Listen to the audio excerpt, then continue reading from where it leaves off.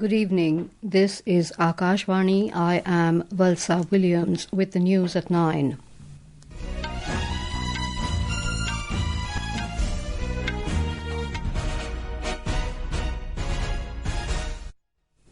The headlines. Modi government focusing on robust infrastructure and labour-intensive sectors to boost job creation and growth, Finance Minister Nirmala Sitharaman tells Lok Sabha. BJP to move privilege notice against Leader of Opposition Rahul Gandhi for misleading the lower house. Lok Sabha Speaker Birla directs Secretariat to rectify deficiencies in opposition's no-confidence motion against him and proceed according to procedures. Centre issues guidelines for rendition of National Song Vande Mataram. United Nations calls for more women's participation on the eve of parliamentary elections in Bangladesh. And in hockey, India begins its campaign against Belgium at FIH Pro League in Rourkela.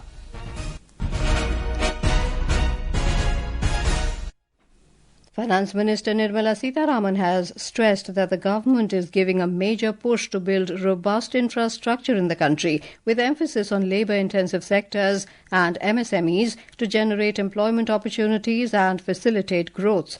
The minister was replying to a discussion on Union Budget 2026-27 in the Lok Sabha this evening. We are continuing our push in building infrastructure.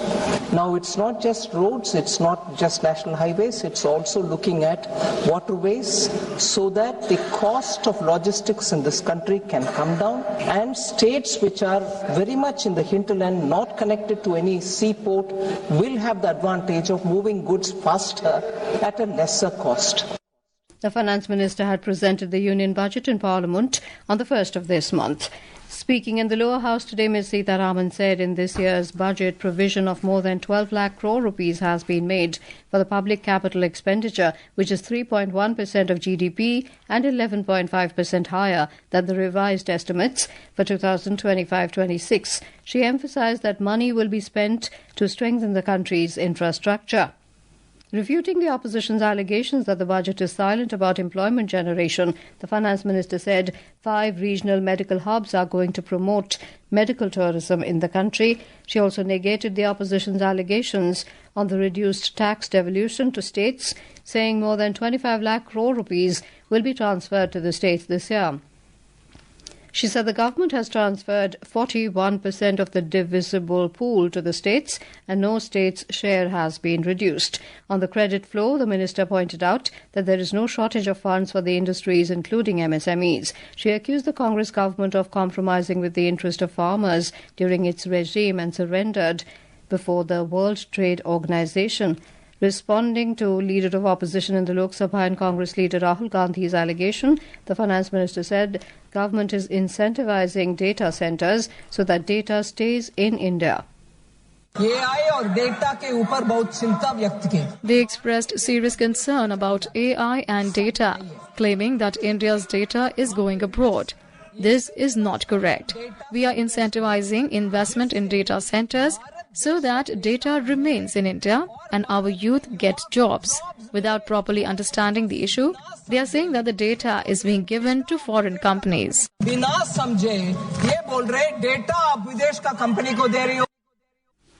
Earlier participating in the discussion, Leader of Opposition in the Lok Sabha, Rahul Gandhi, said there is nothing concrete in the Union Budget. The budget recognizes that we are going into a dangerous time, intensifying geopolitical conflict.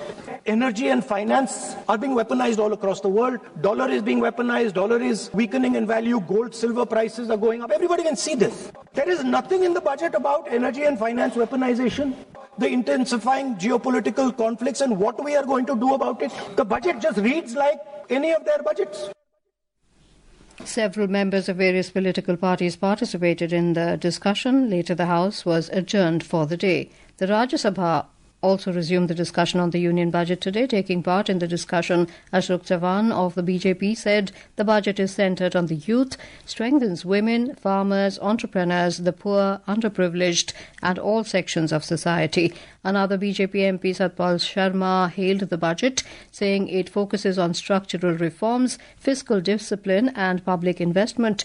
Harish Birla of Indian Union Muslim League alleged that the budget does not offer anything for farmers and fishermen. Several members of various parties participated in the discussion. However, the debate on the union budget remained inconclusive. Later, the House was adjourned for the day. Parliamentary Affairs Minister Kiren Rijiju has said the BJP will move a privilege notice against leader of the opposition in the Lok Sabha, Rahul Gandhi, for misleading the House and making baseless statements during the discussion on the union budget. The minister was talking to reporters in the Parliament premises. Mr. Rijiju accused the Congress leader of making useless and false allegations against Prime Minister Narendra Modi. We are going to file a privilege notice against Rahul Gandhi for misleading the House and also making baseless statement. There is a very clear-cut rules of procedure and conduct of business in the Lok Sabha and Rajya Sabha. When a member intends to make serious charges of allegation against another member, then you have to make a notice and also substantiate the allegation. Mr. Rijiju also criticised Mr. Gandhi for making allegations against Union Minister Hardeep Singh Puri without giving any notice. Reacting to Rahul Gandhi's allegation on the India-US trade deal, Commerce and Industry Minister Piyush Goyal, while talking to media outside Parliament, assured that all decisions were taken keeping in mind the welfare of farmers and their interests are secured. Bharat के सभी किसानों को मैं पूरी तरीके से आश्वस्त करना चाहता हूं. I want to fully assure all the farmers of India that their interests are completely safe. Their produce is secure and the government led by Prime Minister Narendra Modi will never compromise with the interest of farmers. India's farmers are secure and the country is moving rapidly forward on the path of becoming a developed nation. Bharat का किसान भी सुरक्षित है और भारत भी विकसित भारत के path पर तेजी से आगे बढ़ रहा है. The no-confidence motion notice given by the Congress-led opposition parties seeking removal of Lok Sabha Speaker Om Birla will be considered in the second phase of the budget session. The second phase of the budget session is scheduled to start from the 9th of March and will continue till the 2nd of April. The Lok Sabha Secretariat has identified certain shortcomings in the notice of no-confidence motion. According to Lok Sabha sources, in the notice, opposition parties had made references about 4 incidents in February last year, and on the basis of it, the notice could have been rejected under the rules. However, Speaker Om Birla has directed the Secretariat to rectify the deficiencies in the notice and proceed in accordance with established procedures. He has also ordered prompt action in the matter as per the rules. More from our correspondent. The opposition party had given a notice of no confidence motion yesterday against Mr. Birla, alleging that he had acted in a partisan manner in the House. The notice was submitted to the Secretary General of Lok Sabha. 118 members of opposition parties, including Congress, DMK, Samajwadi Party, RJD and left parties, have signed the notice submitted to the Secretary General. However, TMC MP stayed away from the signing of the notice. Lok Sabha Speaker Om Birla has decided on moral grounds that he will not attend the proceedings of the House till the no-confidence motion notice brought by the opposition parties against him is resolved. With Anand Kumar, Sanjeev Jasrotia, Akashvani News, Delhi. In Uttar Pradesh, the Yogi Adityanath-led government today presented the last full budget of its second term in the State Assembly with an outlay of over 9,12,000 crore rupees. It is the largest budget in the state's history, marking an increase of 12.9% over the previous year. Rajasthan Deputy Chief Minister and Finance Minister Diya Kumari today presented the state budget for the financial year 2026-27 in the Assembly. She said the size of this year's budget has increased by over 41% compared to the previous year. The agriculture sector has hailed the interim trade agreement achieved between India and the United States. Talking to Akashvani News, former director of the Indian Council of Agricultural Research, Ashok Kumar Singh, said the deal was finalized, taking the interests of the farmers into focus. This agreement has been made keeping in mind the interest of Indian farmers and consumers. No GM crop will be imported from the United States, including maize and soya bean. At the same time, dairy and poultry products will also not be imported into India. This decision is in the interest of our farmers. Poultry से संबंधित जो उत्पाद हैं उनको भी आयात नहीं किया जाएगा, ये हमारे किसानों के हित में है. This is Akashvani giving you the news. For quick news updates round the clock, follow us on our X handle at AIR News Alerts. And for details of stories and more, log on to our website www.newsonair.gov.in and download News on AIR app. Welcome back. You're with us on the news at 9. The government has issued detailed guidelines on the observance of India's national song Vande Mataram, directing that all 6 stanzas of the official version must be rendered first whenever the national song and the national anthem are performed together. According to the Union Home Ministry, the full 6-stanza version is to be sung or played on key state occasions such as the arrival of the President, the unfurling of the national flag, and addresses by governors, among other formal events.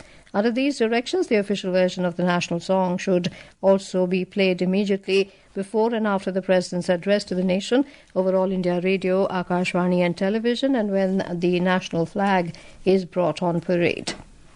The Election Commission today said the final electoral roll of Goa as part of the ongoing Special Intensive Revision SIR of the voters list will be published on the 21st of this month.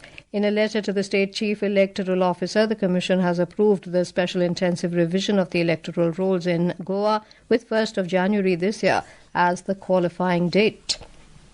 Senior BJP leader and West Bengal observer Bhupendra Yadav has demanded that the West Bengal government remove all obstacles hindering the process of special intensive revision of electoral rolls.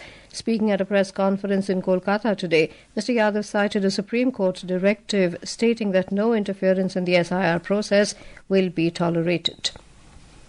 The United Nations has called for more women's participation as the country gears up for the 13th National Parliamentary election to be held tomorrow. The UN emphasized that safe, inclusive and meaningful participation in public life is a fundamental right for all in the country. It highlighted concerns from women's groups about violence and harassment of candidates and voters, including cyberbullying, deepfakes and AI-altered abuse.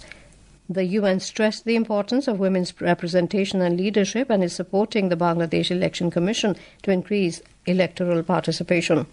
Meanwhile, final security and logistical preparations are underway across Bangladesh as the country gears up for national elections. Alongside the parliamentary polls, a referendum will seek public approval for key constitutional and institutional reforms under the proposed July Charter. Critics argue that combining multiple reforms into a single yes or no question limits voters' ability to express individual preferences. Israeli Prime Minister Benjamin Netanyahu will meet US President Donald Trump in Washington tonight. The talks between the two leaders are likely to be focused on negotiations between the United States and Iran. Earlier, Israeli Prime Minister's office in a statement said the talks with the US President seeks to press him to adopt a tougher line on Iran's nuclear weapons and ballistic missile programs in the next round of talks. In men's hockey, India began their campaign against Belgium in the FIH Pro League in Rourkela this evening. At half-time, the score was 1 goal each.